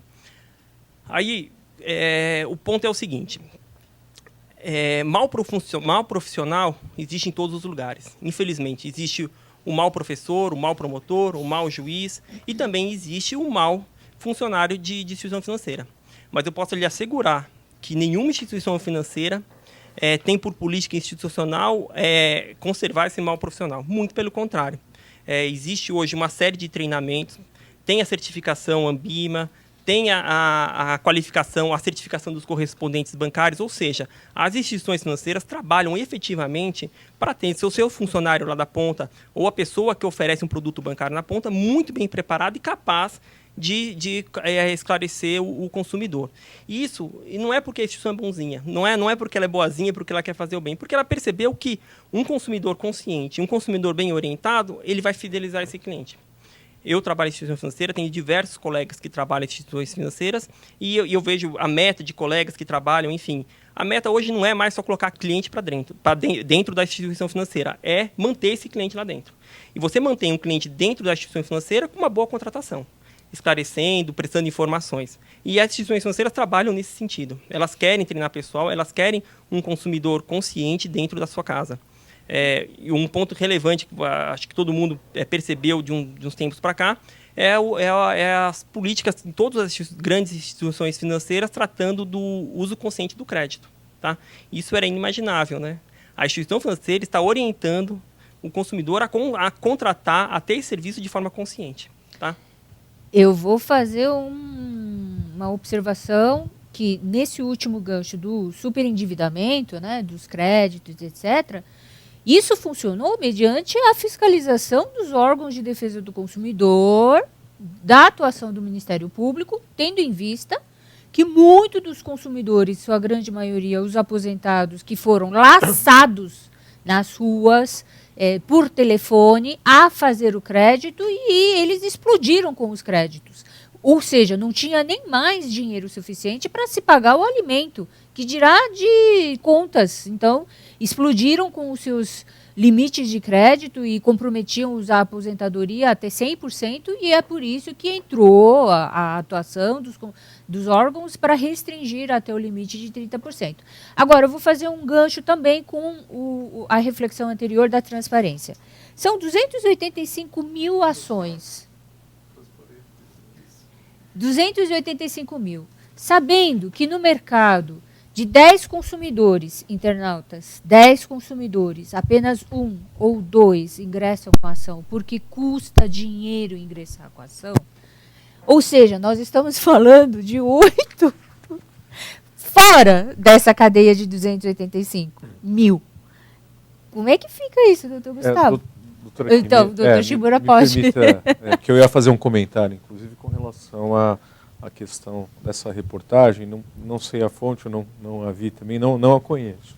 Mas a questão do aumento do valor da tarifa acima da inflação. Da inflação. Isso é um gancho para esse outro questionamento. Uma tarifa, que é remuneração de um serviço, dentro de um mercado, ainda que regulado, mas um mercado de concorrência, um mercado de livre iniciativa, isso varia também de acordo com a oferta e a demanda. Hoje, com o aquecimento das atividades bancárias, com o aquecimento, com o crescimento dos consumidores de serviços bancários, né, com a inclusão das classes C, D e E, talvez a F que seja criada eventualmente, né, com criação de contas salários, uma criação de uma série de... Conta salário não vale, doutor Shimura, porque não é tarifário. Não, sim, mas eu digo, existe a movimentação. Tá. Existe o fomento da atividade bancária. Ok. Né? E todo mercado de livre iniciativa, em que há uma demanda maior do que a oferta, isso pode gerar... Eu não vou entrar no mérito se devia ser maior ou menor que a inflação, se o percentual de aumento é bom ou ruim. Mas é muito importante que o mercado consumidor, que nós consumidores, tenhamos essa noção também. Né? Quanto mais você usa um serviço e quanto menos ele estiver disponível no mercado, maior vai ser o preço. Isso serve para qualquer tipo de produto ou serviço disponibilizado. Isso é uma questão bastante importante, porque apesar de ser um mercado que afeta a parte mais sensível, né, do corpo humano, que é o bolso, né, diretamente, mais do que... Em alguns momentos a discussão é mais acalorada que em outras questões, por exemplo, como saúde suplementar, né, ou telefonia, ou tarifa de água, de luz, de saneamento básico. A parte financeira é muito mais sensível e talvez mais interessante de se discutir. Né? De qualquer forma, existe essa evolução dentro do mercado. Quanto maior a demanda e menor a oferta, enquanto os fornecedores, né, não puderem atender totalmente esta demanda, determinados serviços, determinados nichos do mercado poderão ter a sua variação. E isso não depende necessariamente de inflação, né? É apenas uma reação mercadológica. E pode continuar, então, explicando como é que fica essa taxa de abertura de crédito, onde a pessoa vai adquirir um produto, vai adquirir um serviço e ainda tem que se pagar para a concessão desse crédito. O que eu acho importante é a gente não menosprezar a evolução do sistema financeiro. Na próprio julgamento do recurso especial, que pacificou o entendimento no STJ sobre a legalidade das tarifas bancárias, houve essa menção do ministro Cueva, dessa evolução do sistema. Então, inicialmente, havia a previsão da tarifa e hoje já se caminha, inclusive, para a faculdade do cliente providenciar a documentação não pagando o encargo ou pagar para a instituição financeira o serviço de cadastro e não necessariamente providenciar a documentação. Então, decorre de uma evolução do próprio sistema. A tarifa de cadastro, o que é importante também quando se ressalta, ela é cobrada do cliente uma única vez, quando ele se torna o cliente de uma instituição financeira. Não é cumulativo. Então, quando um cliente faz uma operação financeira, quando é cliente de uma instituição financeira e, posteriormente, vai celebrar um novo contrato de um outro produto, não é cobrada uma tarifa de cadastro. Aliás, por expressa vedação legal, não pode acontecer. Existem hoje muitas ações voltadas à cobrança de tarifas, assim como existem muitas ações voltadas a revisionais. Isso daí também, o que está decorrendo muito no sistema judiciário, é a industrialização dos processos. Hoje o Brasil é o 4º país com maior número de ações judiciais do mundo. Nós temos 90 milhões de processos. E desses 90 milhões de processos, muitos deles decorrem da industrialização. Exemplo típico: existem operações de financiamento com taxa de juros zero. Existem ações de revisionais para se baixar a taxa de juros. Existem operações de consórcio que não existem tarifas de cadastro. Existem ações cobrando tarifa, pedindo a restituição de tarifas de cadastro em operações de consórcio. Existem casos que a tarifa não foi cobrada.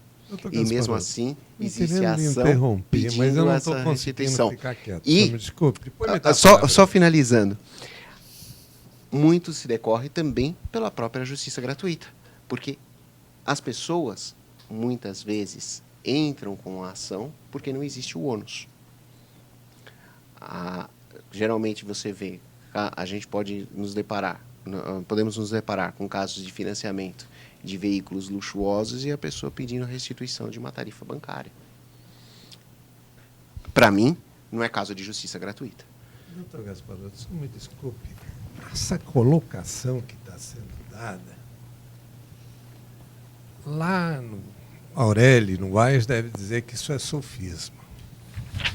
Partimos de um raciocínio lógico, executamos um raciocínio lógico partindo de uma premissa errada. Vai dar um resultado errado.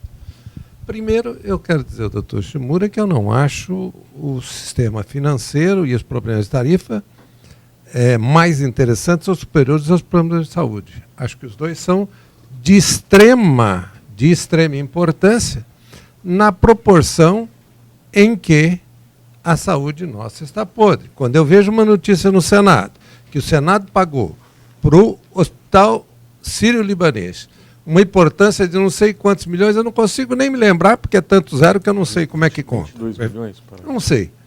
E hoje não é o que vai no SUS. O que vai no SUS e o que paga plano de saúde, ou não consegue marcar o exame ou morre na maca. Então os dois problemas são idênticos. Quem sofre é o povão. Me desculpe. Doutor, eu acho o seguinte, eu não consigo entender bem. Quer dizer, quando o senhor diz, por exemplo, não, é competitivo, tem que cobrar, não é isso que nós estamos discutindo. Nós estamos discutindo da legalidade da cobrança. Se ela é correta, se ela é perfeita, se ela existe. Tudo bem, ela existe? Tudo bem, eu fiz tal.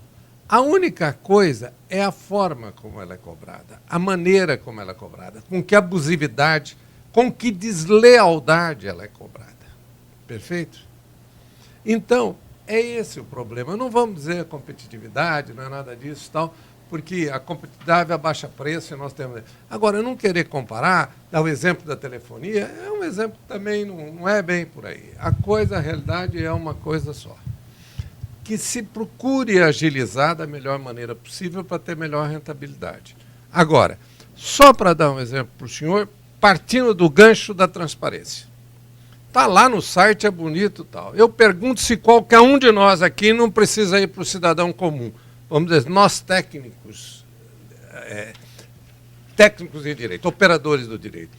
Eu quero saber daqui se algum de nós, quando for assinar um contrato bancário, tal qual um pedido de ligação de energia elétrica, leu o contrato e discutiu suas cláusulas. Não. Aderiu. Se não aderir, não vai ter luz e não vai levar o dinheiro. Ok?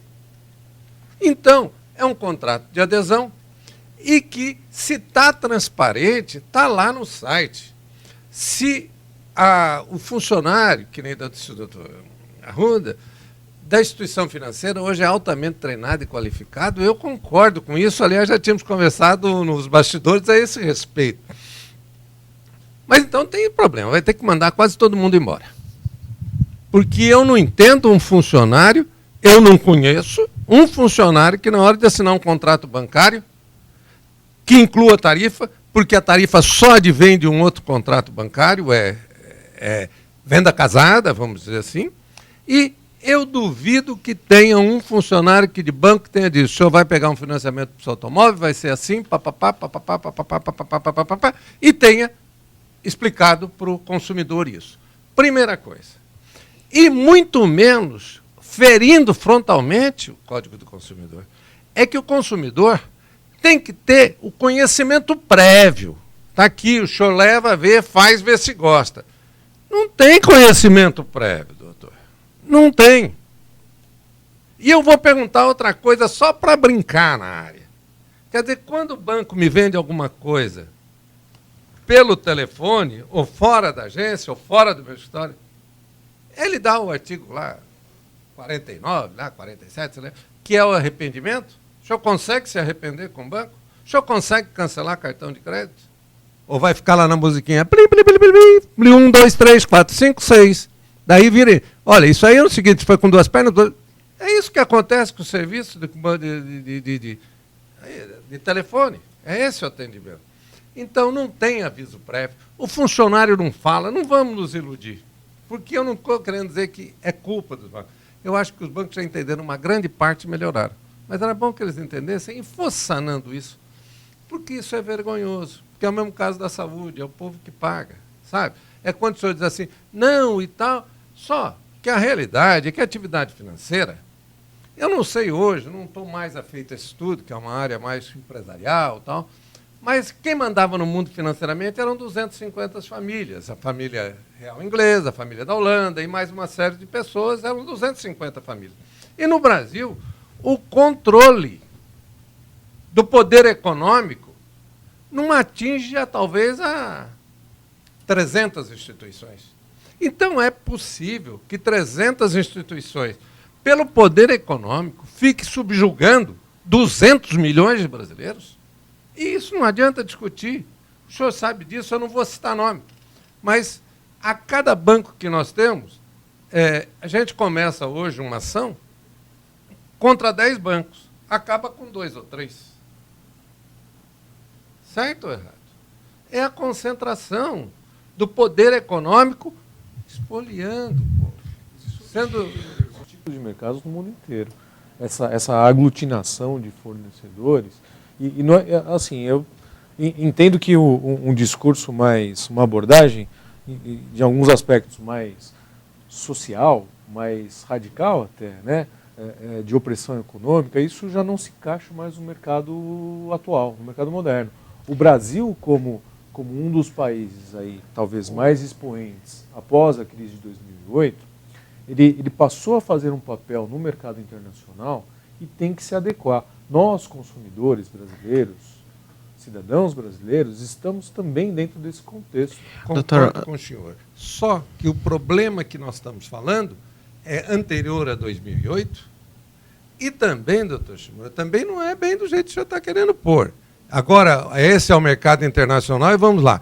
Porque o Código do Consumidor é sim uma legislação com função social. Sem dúvida. Então, sem dúvida se ele tem a função social, nós não podemos deixar de lado e passar por cima da lei. Mas assim como, por exemplo, desculpe interromper, mas assim como outras agências reguladoras que são pela sociedade aceitas de uma forma um pouco mais natural, como uma Anatel, uma ANS e assim por diante, faz a sua regulação, faz o seu papel de órgão regulamentador do mercado, este mercado financeiro também tem o seu órgão específico, com o seu mandato constitucional, que é o Banco Central, que é o Conselho Monetário. Concordo com o senhor. Só que lá no começo desse debate foi dito que é mal regulamentado e é mal fiscalizado.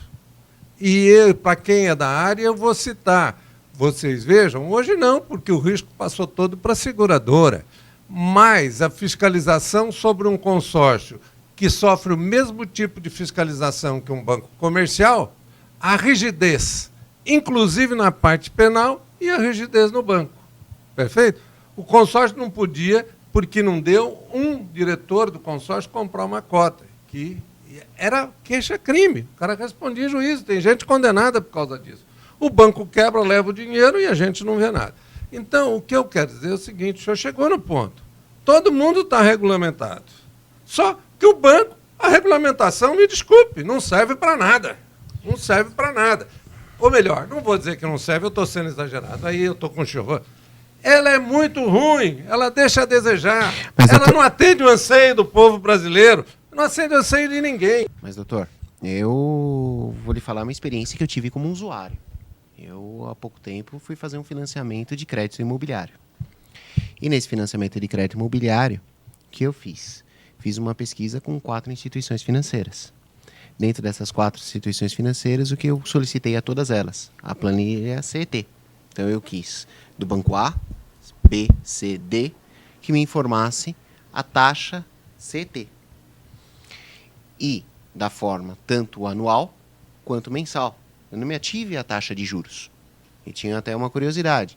Existia uma instituição financeira que tinha uma menor taxa de juros, mas um custo efetivo total maior. E não necessariamente eu fechei com a instituição financeira que ofereceu a menor taxa a taxa CET. Eu fechei com a instituição financeira que me proporcionou uma maior comunidade. Dentro dessa comunidade, o que acontecia? Era buscar a minha documentação em casa, entregar junto à própria construtora, obter todos os processos de aprovação necessários para que, junto com os recursos do Sistema Financeiro da Habitação, pudesse financiar meu imóvel. O que está acontecendo é uma mudança de um pensamento. Quando se vai numa concessionária para financiar um determinado veículo, esse próprio concessionário é correspondente de 4 a 5 instituições financeiras. Esse cliente pode fazer a pesquisa de 4 a 5 instituições diferentes. E, se fosse de forma diversa, pegando um banco de montadora, você está falando de um veículo de montadora, com uma concessionária da própria fabricante de veículos, com um banco da fabricante, necessariamente você teria 100% de vendas de veículos financiados por um banco de montadora. E não acontece dessa forma. O cliente tem a opção, o cliente tem o poder de escolha, o concessionário, nessa intermediação, auxilia o cliente dentro desse trabalho, e ali se difere um pouco do contrato de energia elétrica. O contrato de energia elétrica é um contrato de adesão. O contrato com a instituição financeira é um contrato por adesão. Quer dizer, existem cláusulas padronizadas, mas cabe ao cliente escolher qual instituição financeira deseja fazer a operação de financiamento. Só complementando um ponto. Primeiro, a questão da deslealdade. Eu acho que não há deslealdade, em hipótese nenhuma. Pelo seguinte, o caso específico da tarifa de confecção de cadastro, ela está de forma destacada ao consumidor. Ele efetivamente sabe da sua existência e da sua cobrança. Isso quem está dizendo não sou eu, que isso é transparente, que isso é legal. Esse tem sido o posicionamento de todo o STJ. Tá? A legalidade está se caminhando por esse sentido. A legalidade de uma tarifa ela é considerada legal desde que tenha a previsão contratual, tenha autorização do órgão concedente e não haja abusividade no caso concreto. Quanto à questão das instituições serem mal fiscalizadas, também discordo. O Gasparotto, também advogado de instituição financeira, ele pode ver o quanto somos fiscalizados. E não estou falando só de Banco Central, não, que é o órgão regulador e quem a gente diuturnamente é fiscalizado. Nós temos o Ministério Público do Consumidor, inquéritos civis, nós temos os PROCONs estaduais e municipais também fiscalizando, autuando processos administrativos. Então, com o devido respeito, se tem uma instituição que é fiscalizada no Brasil e de forma eficiente, são as instituições financeiras.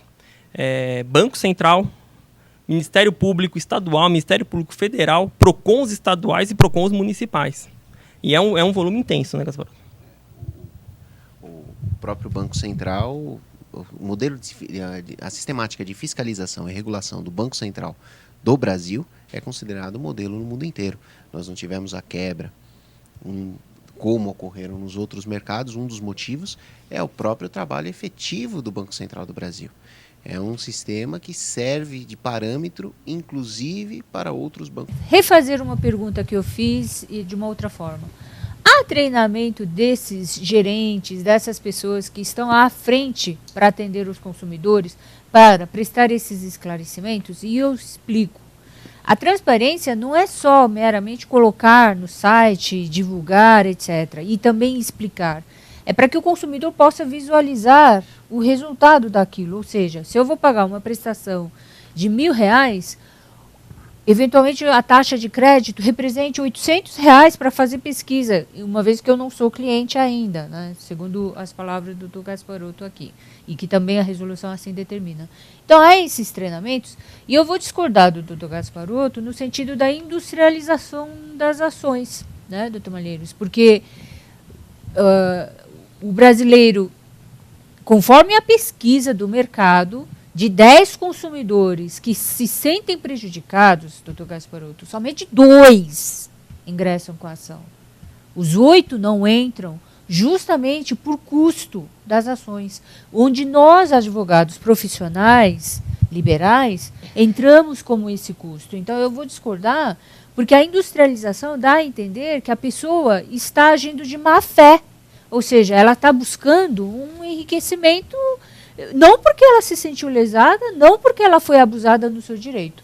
Com a palavra, doutor Gustavo, essa reflexão. Em relação aos treinamentos, né? É uma preocupação constante das instituições financeiras o treinamento de seus funcionários e quem atua na ponta. Banco comercial, banco que tem carteira, conta corrente, conta depósito, assumiram um compromisso com a Anbima, que é uma certificadora, uma entidade que faz treinamento, e é o famoso CPA 10 e CPA 20. Eu peço aos senhores que façam um teste. Vá para o seu gerente e pergunte da CPA 10 e CPA 20. Numa agência bancária, quem não tem essa certificação, a 10 ou a 20, corre atrás para ter.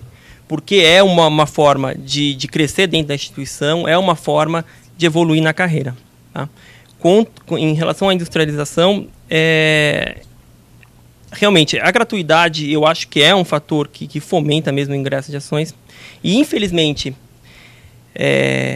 o que eu vejo muitas vezes no nosso dia a dia, que ações judiciais discutindo tarifas bancárias é menos por convicção filosófica da sua ilegalidade do que pela intenção de reaver um dinheiro.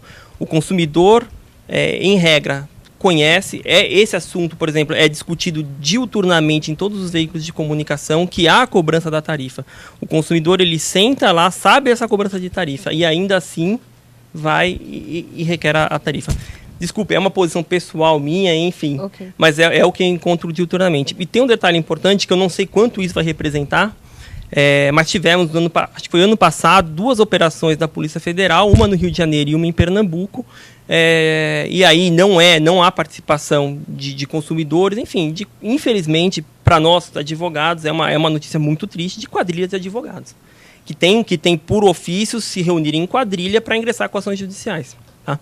Isso saiu no Rio de Janeiro, saiu em Pernambuco também. Eu não sei qual é o volume disso que representa. E, se eu não estou enganado, nessas 2 operações, o foco dessa quadrilha eram instituições financeiras, salvo engano.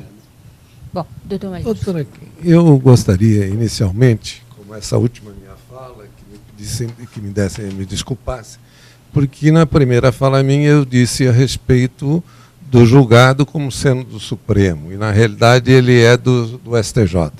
Talvez condicionado ao fato daquela briga da FEBABAN, que não queria ter o dedo do Código do Consumidor. Eu vou fazer uma geral, porque, como é? Que continue assim, que nós teremos oportunidade de nos encontrarmos. Primeiro, o conhecimento prévio não existe. Foi dito aqui pela parte que representa, digamos assim, que transmite a legislação dos bancos, que os reajustes não podem ser feitos em prazo menor que 180 dias. Isto é uma possibilidade do mercado. O aluguel é com 1 ano, tudo é com 1 ano, a tarifa do banco pode ser com 180. Quer dizer, é um absurdo. Outra coisa que eu queria dizer é o seguinte, dito aqui também pela rede bancária. Nos Estados Unidos subiu de 25 para 50. No Brasil subiu para 25 para 325, vamos dizer. Outra coisa que eu queria dizer, em razão da fiscalização não houve quebra. A realidade, o doutor Gasparotto fala assim, eu vou comprar um automóvel e faço financiamento, tem 3, 4 empresas lá. Gente, está voltando àquilo que eu disse no começo. Precisamos entender o banco, que o banco tem 2 tipos de atividades específicas com 2 regulamentações diferentes. Um é o problema regido pelo Conselho Monetário Nacional, e outro é o problema de tarifas do consumidor. E financiamento que ele falou de automóvel não é tarifa, não é matéria. Perfeito? O número de ações, eu também gostaria de dizer o seguinte, que esse número de ações, colocar que tem não sei quantos milhões de ações, mas não tem só na frente bancária. Tem na família, tem na saúde, tem todo mundo. Por quê? Porque é também a morosidade do judiciário. Certo? Então, para encerrar, que já tem tempo para os outros, eu teria mais dados aqui para dizer quanto cada banco paga de pessoal hoje, os 6 maiores bancos, com as tarifas. Tem um absurdo do Santander que paga 100%, ele recolhe de tarifa 154%. Mas agradecer, estar aqui com os senhores e que a gente tenha a possibilidade de discutir mais esse assunto, porque o objetivo comum é melhorar. Perfeito? Não sei se o Dr. Shimura vai ser o super campeão para explicar por que sobre essa não quebra, a importância da não quebra do sistema financeiro, esse crédito. Se em 2 minutos puder resumir. 2 minutos? Sim, é possível sim. O sistema financeiro nacional brasileiro, o mercado de crédito brasileiro não quebrou por conta de uma política prudencial do Banco Central. Isso está sendo aplaudido no mundo inteiro, né? Mas no seguinte sentido, uma questão até herança do problema inflacionário, dos problemas políticos e econômicos que tivemos na década de 1950 até final de 80. Hoje, a cada R$100 que é depositado no sistema de depósitos brasileiro, no sistema bancário brasileiro, apenas R$17 são disponibilizados para empréstimo. O restante todo, né, uma boa parte é retida pelo Banco Central para fazer um sistema de garantia de liquidação, né, de rigidez do sistema, e uma outra parte é destinada para financiamentos subsidiados, por exemplo, como o crédito rural. Esse tipo de regulamentação é que permitiu com que o Brasil passasse a crise financeira de uma forma mais tranquila, né? O que eu gostaria de deixar, me desculpe, o que eu gostaria de deixar por último é que o mercado todo está aguardando o julgamento desse recurso especial no STJ, no aspecto de dar ou não deferência à regulação do Banco Central. O Banco Central, como órgão regulador do mercado financeiro e do mercado de crédito, tem a obrigação de seguir as demais legislações aplicáveis, inclusive o CDC, e essa é a expectativa que se tem aí para esse julgamento desse recurso especial. Bom, senhoras e senhores, não percebemos nem o tempo passar. Ainda não esgotamos, porque existem outras colocações, mas vamos deixar para uma outra oportunidade.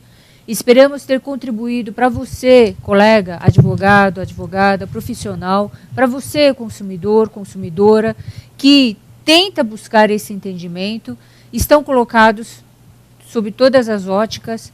Esperamos que a Escola Superior de Advocacia, mais uma vez, abrindo esse espaço, ter contribuído para o aprimoramento, o conhecimento, a discussão e a reflexão necessária. Para uma próxima vez, muito obrigada, agradeço o convite aceito por todos aqui, professores da casa, os professores que ainda não integram a equipe, mas muito obrigada pela aceitação, que tão bem explanaram. Contamos com você para os próximos debates. Obrigada, até.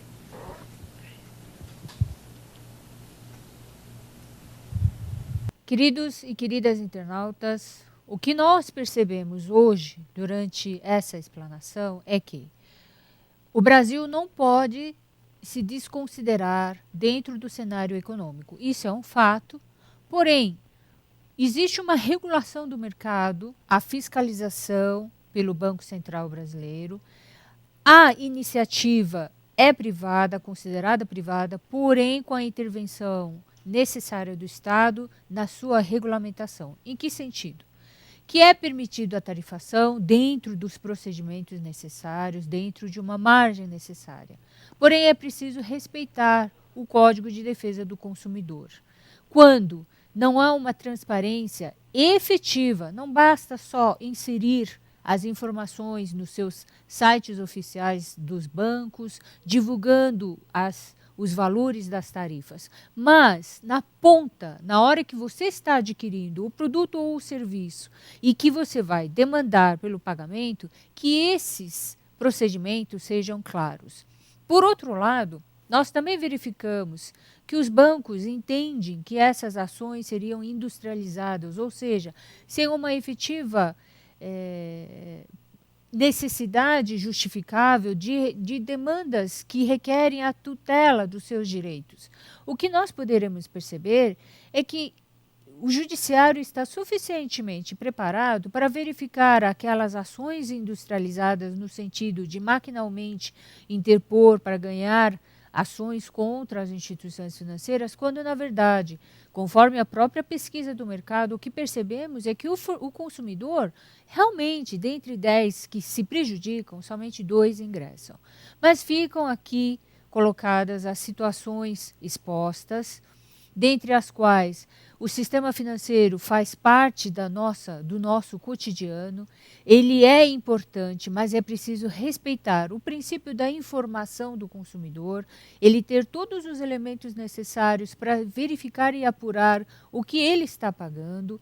Num segundo ponto, a boa-fé do consumidor, porque ele é a parte mais vulnerável, hipossuficiente dentro dessa relação e que exige, toda vez que ao aderir e depois verificar a necessária revisão, de ingressar sim com as ações para poder reparar os seus direitos.